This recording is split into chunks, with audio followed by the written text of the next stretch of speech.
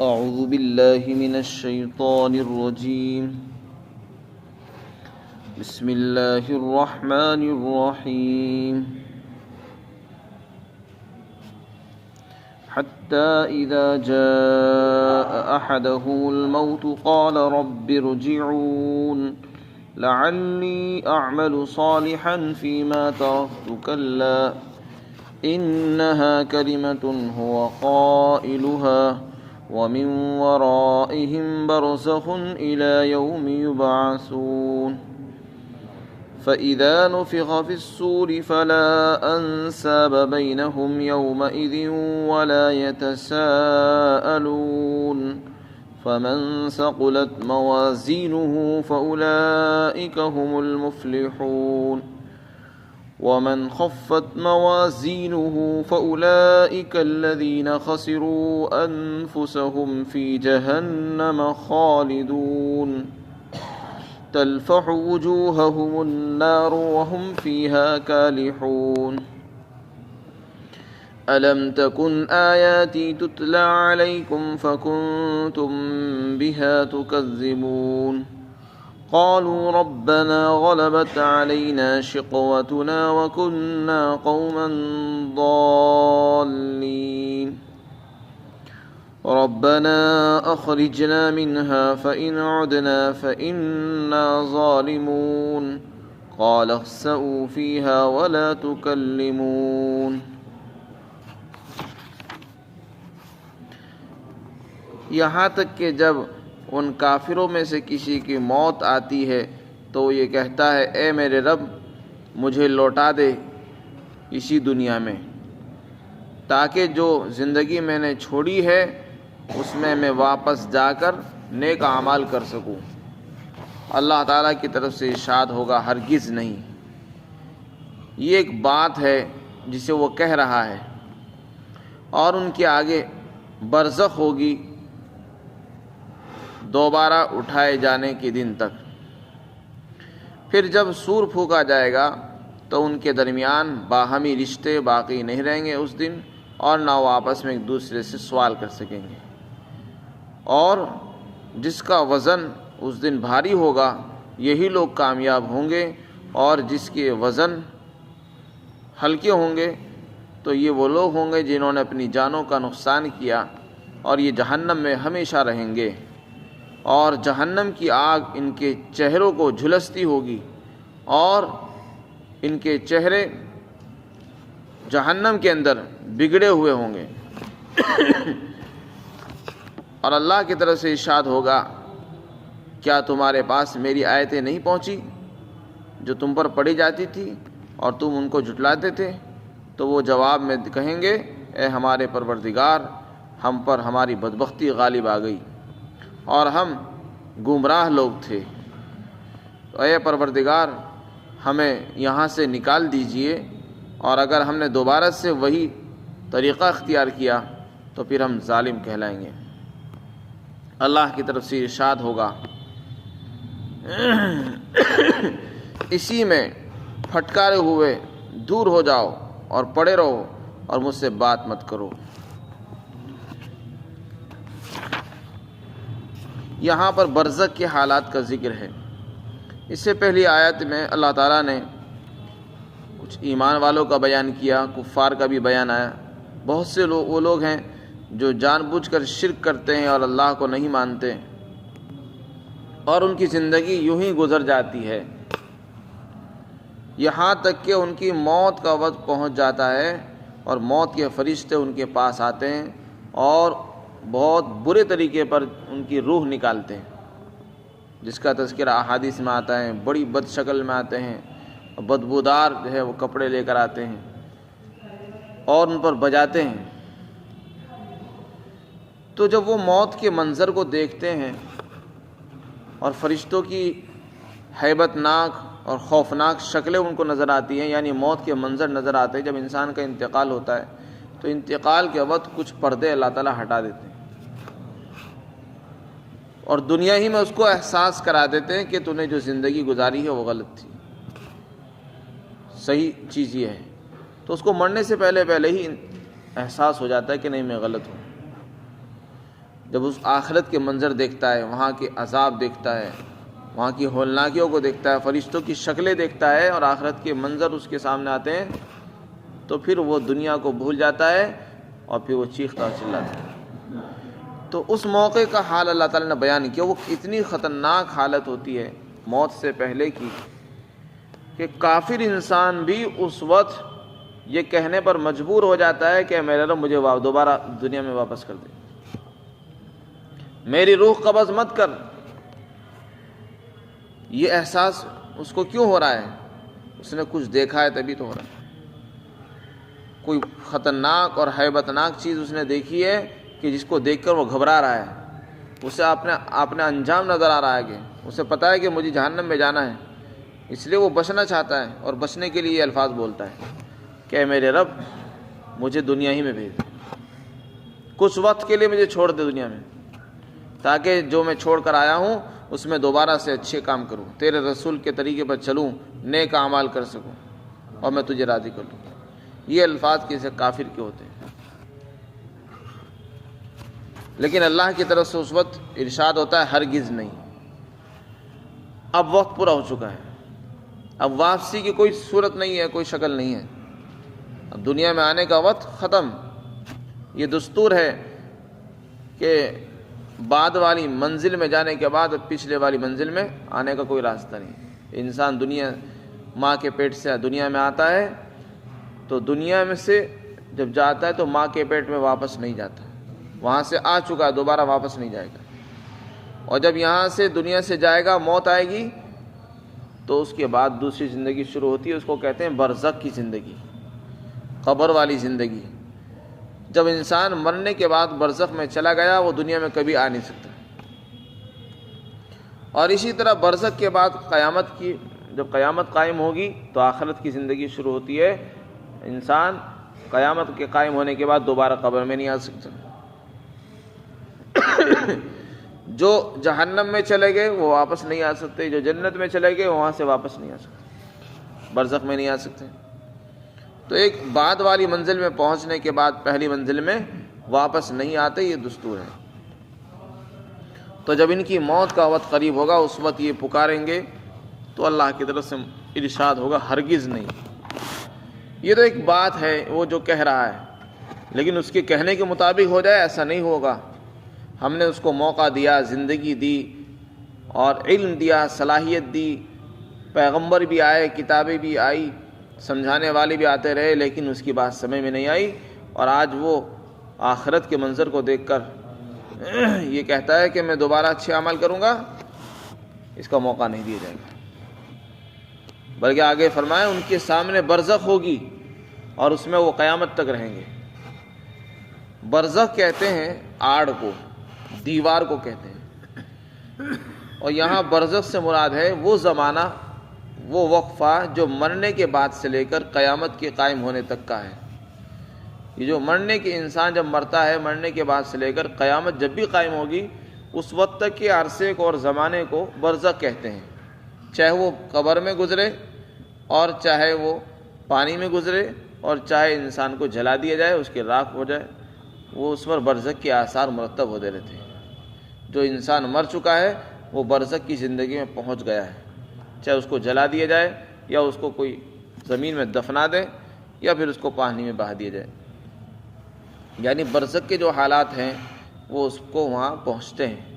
جو لوگ اچھے ہوتے ہیں ان پر اچھے اثرات مرتب ہوتے ہیں، ان کی اچھی زندگی ہوتی ہے، اور بہت سے وہ ہوتے ہیں جو برے ہوتے ہیں، ان کو بری زندگی وہاں نصیب ہوتی ہے، جیسے کہ احادیث میں اس کا تذکرہ ہے۔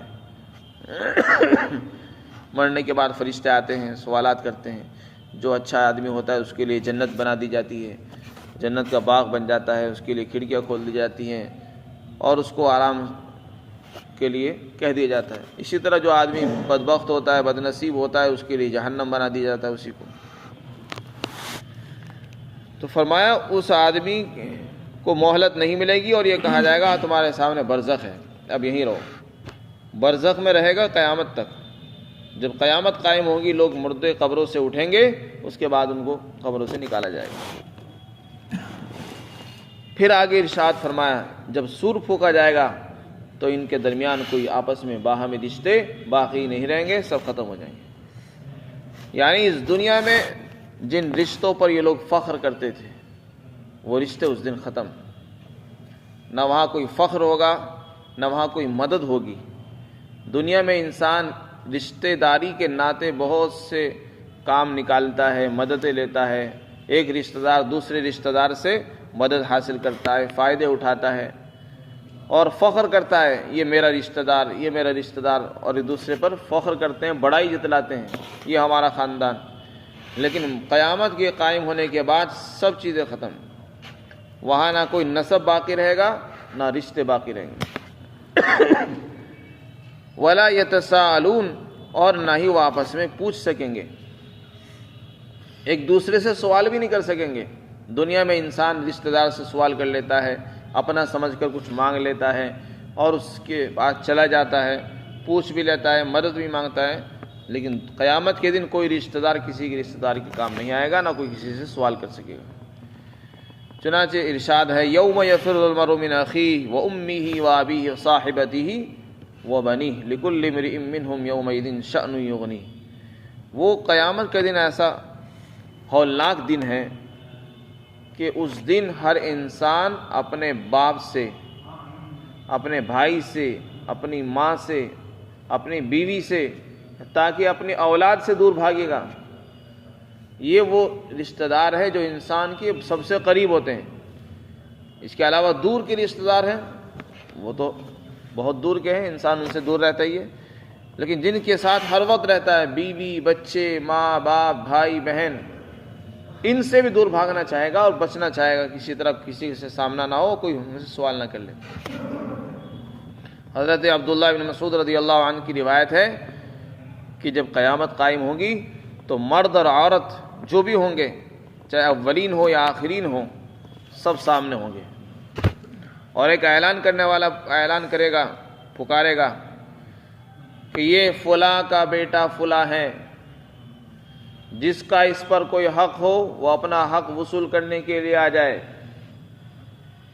جب یہ اعلان ہوگا تو لوگ خوش ہوں گے، انسان کہ بہت اچھا اعلان ہوا ہے، کاش ہمارا کوئی حق اس پر ہو تو ہم اس کو لینے کے لیے جائیں، اس لیے کہ اس دن ہر انسان نیکیوں کا محتاج ہوگا۔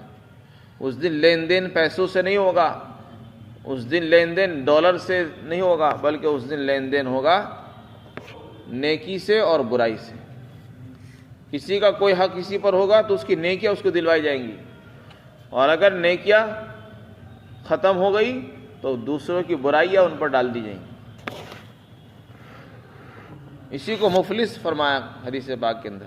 مفلس، سب سے غریب مفلس آدمی وہ ہے میری امت کا جس نے ساری زندگی نیک اعمال کیے لیکن کسی کو گالی بھی دی، کسی کا حق مارا تھا، کسی کا اوپر ظلم و زیادتی کی تھی، تہجد بھی پڑھی اس نے، نمازیں بھی پڑھی، روزے بھی رکھے، حج بھی بہت کیے، لیکن جب قیامت کے دن آئے گا اور لوگ حق مانگنے کے لیے آئیں گے تو حق والوں کو جب حق دیا جائے گا تو اس کی نیکی دی جائیں گے۔ تو زندگی بھر کے جتنے بھی اعمال کیے تھے سارے تو حق والوں کو دے دی جائیں گے، یہاں تک کہ حق والے ابھی بچیں گے اور اس کے پاس نیک اعمال ختم ہو چکے ہوں گے۔ پھر کیا کریں گے؟ ان کی برائیاں اس کے سر پر ڈال دی جائے گی۔ اس کو فرمایا اللہ کے رسول نے، یہ میری امت کا سب سے مفلس انسان ہے، یہ بیچارے نے نمازیں بھی پڑھی، روزے بھی رکھے، نیک اعمال بھی کیے، لیکن وہ سارے بیکار چلے گئے، ساری نیکیاں دوسروں کے کھاتے میں چلی جائیں گی۔ تو اس سے زیادہ حسرت اور افسوس کسی کو نہیں ہوگا۔ اس لیے فرمایا جب سور پھونکا جائے گا اس دن نہ تو رشتہ داری نسب باقی رہیں گے نہ کوئی سوال کر سکے گا۔ تو حضرت عبداللہ بن مسعود نے فرمایا کہ اس دن انسان خوش ہوگا کہ کاش میرا کسی پر حق نکل آئے، باپ پر حق ہو، بھائی پر حق ہو، ماں پر ہو، بیوی پر ہو، بچوں پر ہو، تاکہ میں اس کو وصول کروں، اور انسان اسی سے بچنا چاہے گا۔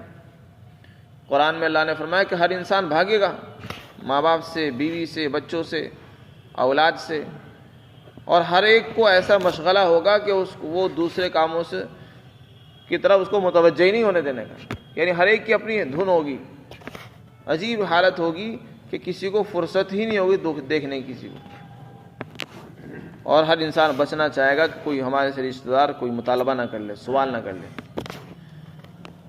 فمن ثقلت موازینہ فاولئک هم المفلحون۔ آگے وزن اعمال کا ذکر ہے۔ وزن کے معنی تولنے کے آتے ہیں، جیسے سامان دنیا میں تولا جاتا ہے، اسی طرح بندہ جو نیک اعمال کرتا ہے، نمازیں، زکوٰۃ، روزہ، حج اور صدقات و خیرات، یہ ہمیں آج نظر نہیں آتے۔ ہم نے نماز پڑھی لیکن وہ کہاں گئی ہمیں نظر نہیں آ رہی، اس کی کوئی شکل نہیں ہے۔ قیامت کے دن ان کی شکلیں ہوں گی اور ان کو ترازو میں رکھا جائے گا اور پھر ان کو تولا جائے گا۔ ہم نے نمازیں پڑھی، ہمیں اس کی کوئی شکل نظر نہیں آ رہی، لیکن قیامت کے دن اللہ تعالیٰ ان کو شکلیں دیں گے اور پھر ان کو ترازو میں رکھا جائے گا ہماری نمازوں کو اور ان کا وزن کیا جائے گا۔ جس کی نماز میں جتنا زیادہ خشوع خضوع ہوتا ہے اس کی نماز اتنی ہی زیادہ وزنی ہوتی ہے، اور نماز میں جتنا کم خشوع ہوگا، جس قدر دھیان کم ہوگا، اس قدر ہی نماز ہلکی اور پھس پھسی ہوتی ہے، یعنی کم وزنی ہوتی ہے۔ تو اس لیے ضرورت اس بات کی ہے کہ ہم اپنے اعمال تو کریں لیکن ساتھ ہی ساتھ ان اعمال کو وزنی بھی بنائیں، قیمتی۔ ہمارے اعمال میں وزن کیسے پیدا ہوتا ہے؟ خشوع سے، اخلاص سے اور انتہائی آداب اور احترام کے ساتھ نماز پڑھنے سے۔ جتنا دھیان نماز میں ہوگا اس قدر نماز کے اندر خشوع آئے گا، اور جب نماز میں خشوع ہوگا تو اس قدر اس پر درجات اور اجر و ثواب زیادہ ملتا ہے۔ مسجد میں نماز تو سینکڑوں لوگ پڑھ رہے ہیں، کسی کا دھیان نماز میں نہیں ہے، کسی کا دھیان نماز میں ہے، تو ہر ایک کو اس کے اعتبار سے ہی اجر و ثواب ملتا ہے، سب کو برابر ثواب نہیں دیا جاتا۔ ارشاد فرمایا اللہ تعالیٰ نے کہ جس کا وزن اس دن بھاری ہوگا وہی لوگ کامیاب ہوں گے، یعنی انہوں نے کام تو کیے لیکن وزندار۔ نمازی بھی ایسی جو جاندار تھی، ترازو میں رکھتی ترازو جھک گیا، تو ایسے لوگ کامیاب ہوں گے۔ تو ایسی نمازیں اللہ کو مطلوب نہیں کہ نمازیں تو پڑھ لی لیکن دھیان اس میں دکان کی طرف ہے، بلکہ ایسی نمازوں کے بارے میں تو کہا کہ ان کے منہ پر مار دی جائے گی، کیونکہ ان نمازوں میں نہ تو خشوع ہے، نہ دھیان ہے، نہ آداب کی رعایت ہے، نہ مستحبات کی رعایت ہے، نہ واجبات کی رعایت ہے۔ تو ایسی نماز نہیں ہوگی، بلکہ یہ تو منہ پر مار دی جائے گی، اور یہ ہمارے وزن میں کیا بھاری پن پیدا کرے گی۔ تو اس لیے فرمایا انسان کی جو کامیابی ہے صرف اعمال کرنے پر نہیں ہے کہ ہم نے ایک کے بجائے 1,00,000 اعمال کیے۔ اعمال چاہے تھوڑے ہوں لیکن وزنی ہونے چاہیے، نمازیں تھوڑی ہوں وزنی ہوں، نیک کام ہم کم کریں لیکن وزندار ہوں، اخلاص والے ہوں اور خشوع خضوع والے ہوں، ریا اس میں شامل نہ ہو، تو پھر انشاءاللہ کامیابی کی امید ہے۔ آگے فرمایا جس کے وزن ہلکے ہوں گے، یعنی جس کے اعمال کا وزن بہت ہلکا ہوگا تو یہ نقصان میں رہیں گے۔ فرمایا یہ وہ لوگ ہوں گے جنہوں نے اپنی جانوں پر ظلم کیا، نقصان کیا، اور یہ جہنم میں رہیں گے۔ یہ وہ لوگ ہوں گے جنہوں نے اعمال تو کیے لیکن ان کی زندگی میں ایمان نہیں تھا، اس لیے کہ بغیر ایمان کے کسی عمل کا کوئی وزن پیدا نہیں ہوتا۔ عمل میں وزن آتا ہے ایمان سے، سب سے پہلے ایمان ہونا چاہیے۔ جب ایمان آ گیا تو ہمارے اعمال بھی وزنی بن گئے، اور اسی طرح اخلاص سے آتا ہے خشوع اور خضوع، یعنی انتہائی سکون اور وقار، دھیان توجہ کے ساتھ نماز پڑھنے سے وزن پیدا ہوتا ہے اور بھاری پن پیدا ہوتا ہے عبادات کے اندر۔ ارشاد فرمائے کہ یہ وہ لوگ ہوں گے جنہوں نے اپنی جانوں کا نقصان کیا اور یہ جہنم میں ہمیشہ رہیں گے۔ پھر آگے جہنم کی کیفیت بیان کی کہ وہ جہنم کی آگ بہت خطرناک ہوگی، اور اس قدر ہوگی کہ وہ چہروں کو بھی ان کے جھلس دے گی، چہرے ان کے بگڑ جائیں گے، ان کی شکلیں مسخ ہو جائیں گی، اور نیچے کے اوپر کا ہونٹ سر کے آدھے سر تک پہنچ جائے گا، اور نیچے کا ہونٹ ناف تک لٹکا ہوا ہوگا، اور ان کے منہ بگڑے ہوئے ہوں گے۔ فرمایا تلفع وجوہہم النار، آگ ان کے چہروں کو جھلستی ہوگی اور ان کے منہ اس کے اندر بگڑے ہوئے ہوں گے۔ پھر ان سے کہا جائے گا کیا میری آیتیں تم پر نہیں تلاوت کی جاتی تھی؟ یعنی میری آیتیں تو تم پر پڑھی جاتی تھی، تم کو سنایا بھی جاتا تھا، اللہ کا کلام سنایا جاتا تھا، پھر تم کیوں انکار کرتے تھے اس کو؟ تو وہ اپنی بدبختی کا اور اپنی گمراہی کا اقرار کریں گے کہ ہمارے پروردگار، ہماری بدبختی ہم پر غالب آئی اور ہم لوگ بھٹکے ہوئے تھے، گمراہ تھے، ارے پروردگار اب ہمیں یہاں سے نکال دیجیے. لیکن ان کی کوئی سنوائی اس وقت نہیں ہوگی، بلکہ وہ کہیں گے بھی کہ ہمیں یہاں سے نکال دیجیے، اگر ہم دوبارہ ایسا کریں گے تو پھر ہم ظالم سمجھے جائیں گے. لیکن اللہ کی طرف سے ارشاد ہوگا نہیں، یہیں پڑے رہو اور خدا کی رحمت سے دور رہو، تم لوگ پھٹکارے ہوئے ہو اور مجھ سے اس بارے میں کوئی بات مت کرو. لکھا ہے کہ جب یہ اللہ کی طرف سے ارشاد ہوگا اس کے بعد جہنم کا دروازہ بند کر دیا جائے گا. اب ان کی کوئی سفارش ان کے لیے کوئی مقبول نہیں ہوگی، کسی کی کوئی سفارش نہیں ہوگی، بلکہ کافر ہمیشہ جہنم میں رہیں گے. مسلمان تو اپنے اعمال کی سزا بھگتنے کے بعد جنت میں پہنچ جائیں گے، لیکن کسی کافر کو جہنم سے نہیں نکالا جائے گا. اللہ تعالیٰ ہم سب کی مغفرت کرے.